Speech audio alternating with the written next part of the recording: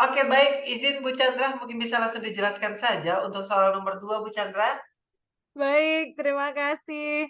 Luar biasa teman-teman ini sudah mulai sama ya, jawabannya sudah mulai fokus. Semoga apa yang menjadi fokus dari teman-teman ini adalah jawaban yang benar gitu ya. Amin Kita amin. lihat untuk soal nomor 2, kapan waktu yang tepat untuk menggunakan metode baru?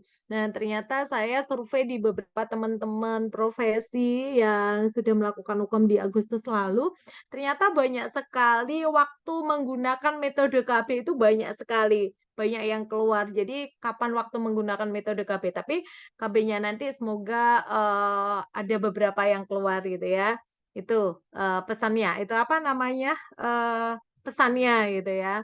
Kita lihat di soal nomor 2, saya masih mencoba dengan soal yang, paling tidak saya berusaha untuk mencari soal atau membuat soal yang bisa memenuhi dari dari waktu gitu ya, dari beberapa metode KP. Kita lihat di sini untuk soal nomor 2, kita lihat kata kuncinya ia ingin menggunakan pil yang tidak mengganggu produksi ASI. Jelas teman-teman harus bisa membedakan kalau yang pertama tadi saya membahasnya adalah di mana pil yang digunakan adalah pil kombinasi, tapi di step kedua atau di soal kedua ini saya ingin membahas terkait yang pil ini. Di mana pil mini ini boleh digunakan untuk ibu menyusui karena tidak mengganggu prolaktinnya. Di mana ibu ini ya sebelumnya dia menggunakan kondom atau non hormonal, sama halnya ketika dia menggunakan kondom itu berarti saat melakukan hubungan seksual saja. Sama halnya kondom itu tidak menggunakan gitu ya, karena dia adalah metode kontrasepsi sederhana. Nah, ketika dia menggunakan kondom, anaknya terkecil 4 bulan, di mana saya tadi tahu kalau dia harus menggunakan milk, dia 4 bulan, dia sedang menyusui. Itu kata kuncinya. Sehingga kita harus berpikir langsung, oh, pil yang digunakan adalah pil mini. Kemudian, karena dia mau ganti pil mini dari kondom, kemudian dia, postpartumnya adalah sudah di 4 bulan ya, anaknya 4 bulan otomatis dia sudah melahirkan, postpartumnya 4 bulan. Maka kapan waktu yang tepat untuk menggunakan metode, eee, pilnya, gitu ya.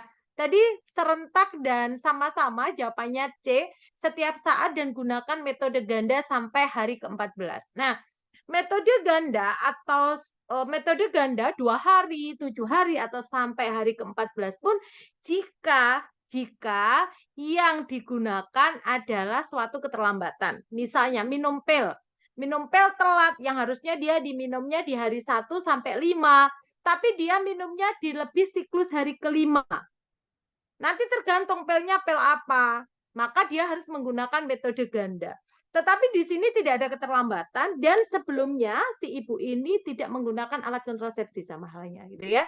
Jadi dia sama halnya awal mula. Maka keadaan seperti ini kita bisa memberikannya paling mudah adalah di hari pertama sampai hari kelima siklus menstruasi tanpa menggunakan kontrasepsi lain.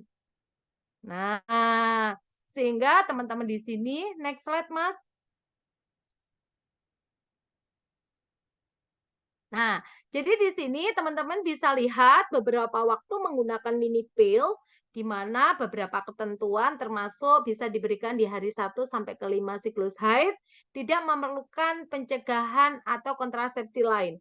Termasuk dia saat ini adalah ibu pasca bersalin yang menyusui 6 minggu lebih, maka 6 minggu lebih dan telah mendapatkan haid, tadi ibunya sudah mendapatkan haid ya, ini mini pil ini dapat dimulai pada hari 1 sampai ke 5 siklus haid. Nah, atau bisa diberikan setiap saat sebenarnya asal diyakini tidak hamil. Kalaupun ada, bisa di-back lagi, Mas.